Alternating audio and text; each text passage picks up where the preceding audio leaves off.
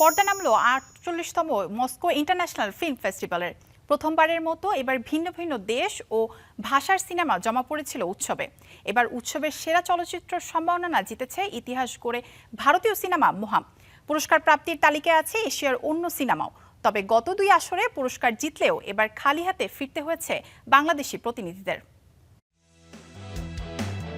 বিশ্বের অন্যতম প্রাচীন ও জনপ্রিয় আয়োজন মস্কো আন্তর্জাতিক চলচ্চিত্র উৎসব স্বাধীন নির্মাতাদের সুযোগ সৃষ্টি ও সৃজনশীল গল্প বলার জন্য অন্যতম একটি প্ল্যাটফর্ম হিসেবে ধরা হয় এই উৎসবকে।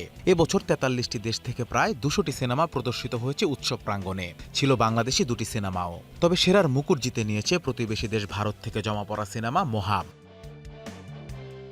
পরিচালক ফাজিল রাজাকের মনস্তাত্ত্বিক থ্রিলার ঘরানার সিনেমা মোহাম মস্কোতে সেরা স্বীকৃতি অর্জন করায় বিশ্বব্যাপী মালায়ালাম চলচ্চিত্রের গ্রহণযোগ্যতা আরও বৃদ্ধি পাচ্ছে, এমনটাই মনে করছেন বিশ্লেষকরা। শুধু সেরা চলচ্চিত্রের পুরস্কারই নয়, মূল চরিত্রে অভিনয় করা অমৃতা কৃষ্ণকুমার জিতে নিয়েছেন সেরা অভিনেত্রীর পুরস্কার।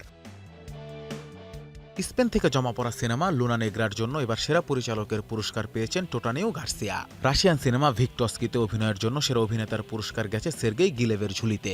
উৎসবের আরেক মর্যাদাপূর্ণ বিভাগ স্পেশাল জুরি অ্যাওয়ার্ড জিতে নিয়েছে রাশিয়ান সিনেমা দ্য ফাদার।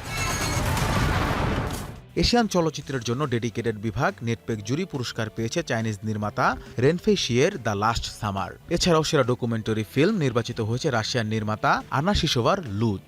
সেরা স্বল্প দৈর্ঘ্য চলচ্চিত্রের সম্মান জিতে নিয়েছে ক্রিস্টোভাল জ্যাসোর মারিনো অ্যান্ড দ্য অথেন্টিক্স।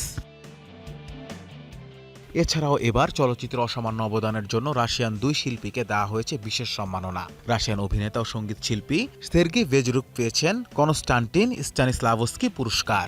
বিশ্ব চলচ্চিত্রে অসামান্য অবদানের জন্য বিশেষ সম্মাননা পেয়েছেন রাশিয়ান নির্মাতা কারেন শাখনাজারভ। সব মিলিয়ে এবারের আসরে এশিয়ার দেশগুলোর অংশগ্রহণ ছিল চোখে পড়ার মতো। গত ২ আসরে বাংলাদেশি সিনেমা জয়ের মুকুট জিতলেও এবার হতে হয়েছে হতাশ। তবে বিশ্ব মঞ্চে এই অংশগ্রহণকে ইতিবাচক হিসেবেই দেখছেন ভক্তরা। Anas Imran, star entertainment.